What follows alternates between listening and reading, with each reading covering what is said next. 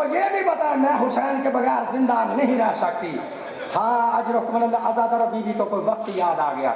تاریخ کہتی ہے بی بی کو کوئی وقت یاد آ گیا. بی بی کہتی ہے سن پھر اے عبداللہ تجھے وہ وقت یاد ہے جب میرے باب علی نے تیرے ساتھ میرا عقد پڑا تھا, تیرے ساتھ میرا نکاح پڑا تھا. اس نکاح کے اندر یہ شرط رکھی تھی کہ جب میری بیٹی زینب اپنے بھائی حسین کے ساتھ کربلا جانا چاہیے, اے عبداللہ تم نہیں روک سکو گے. جب بی بی نے یہ دلیل دی نا, اور آخری دلیل پھر یہ دی علماء نے لکھا ہے.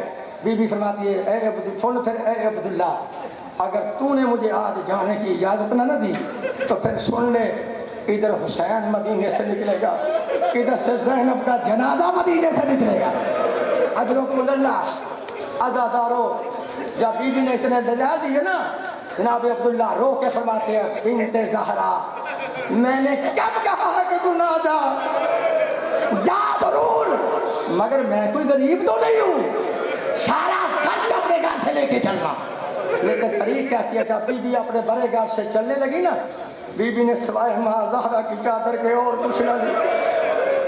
اجرکم اللہ چادر کو لے کر بی بی دروازے کے باہر کے دروازے کے قریب آتی ہے. جناب عبداللہ رو کے فرماتے ہیں بنت زہرا ذرا رک جاؤ. عزادارو بی بی روک گئی, رو کے فرماتے ہیں بنت زہرا تو نے سفر کبھی نہیں کیے, جب سفر کرے گی تو راستے میں تھک جائے گی, لہذا یہ 4 کنیزیں اپنے ساتھ لیتی جا. جب تو راستے میں تھک جائے گی یہ 4 کنیزیں تیری خدمت کریں گی. عزادارو 4 کنیزوں کو ساتھ لے کر جب بی بی پھر دروازے کے قریب آتی ہے نا, جناب عبداللہ پھر پیچھے سے رو کے فرماتے ہیں کہ بنت زہرا ذرا رک جاؤ. عزادارو بی بی رک گئی, رو کے فرماتے ہیں بنت زہرا ہمارے نانا کی حدیث ہے نا, الصدقہ تو رد البلا, صدقہ بلاؤں کو کھا جاتا ہے.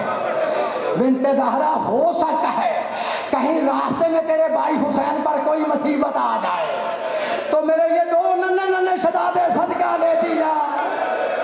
اجرکم اللہ ایک اپنی طرف سے حسین پہ صدقہ کر دے رہا, ایک میری طرف سے حسین پہ صدقہ کر دے رہا. اجرکم اللہ عزادارو یہی تو وجہ ہے نا کہ کربلا کے میدان میں بی بی ہر شہید کا نام لے کے بیان کیا ہے. بی بی نے ہر شہید کا نام لے کے رویا ہے, بی بی نے ہر شہید کا نام لے کے یاد کر کے بی بی روئی ہے, لیکن اپنے بیٹوں کا نام لے کے نہیں روئی, اس لیے وہ اس نے حسین پہ صدقہ کر دیے تھے. الا لعنت اللہ علی القوم الظالمین وسلم الذین بس میں حسین